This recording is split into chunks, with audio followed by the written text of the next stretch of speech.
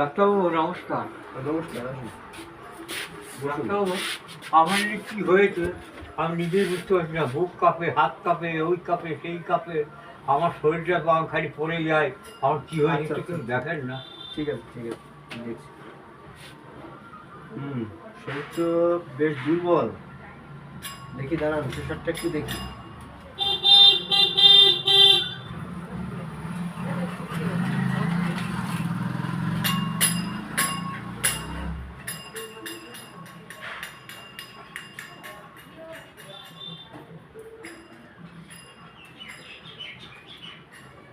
একটু এরকম ঘোরান। হ্যাঁ,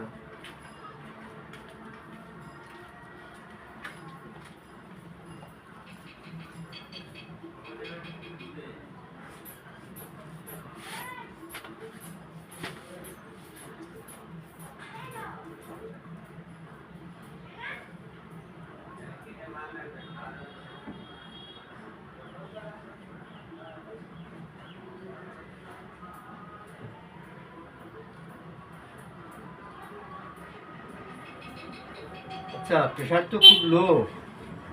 জল খান ঠিক মতো? হ্যাঁ, আচ্ছা, সারাদিনে কতটা জল খান? ওই 2 গ্লাস থেকে 3 গ্লাস।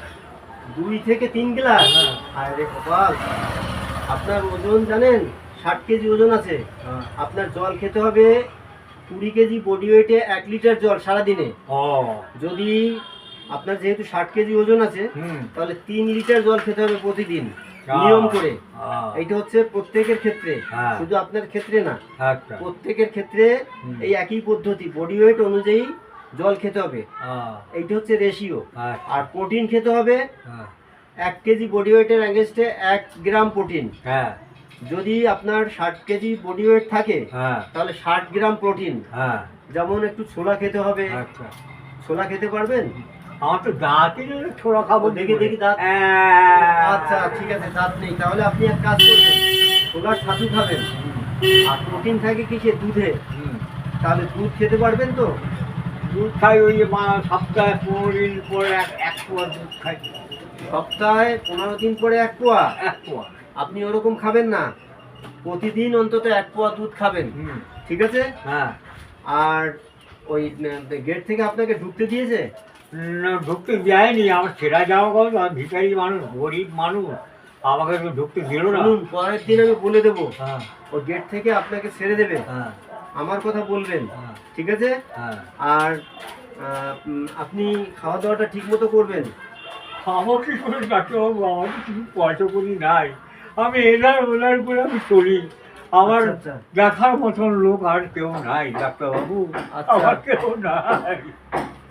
ঠিক আছে, তাহলে আপনার কোনো ভিজিট দিতে হবে না, কেমন?